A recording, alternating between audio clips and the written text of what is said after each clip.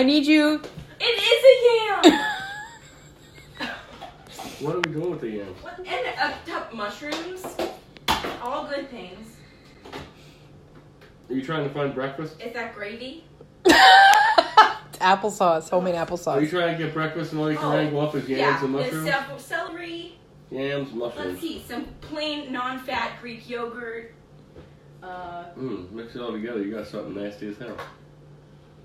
Yeah. Who the heck leaves that in the fridge? What is it? One piece of Hummus celery? and half a eaten piece of celery. That's from my lunch yesterday. Nothing good. Why can't we have normal? She said, "Is that a yam? Sauteed onions. Is that a yam in There there?" was a yam in there. Ew, everything stinks. We have a Tupperware of spinach.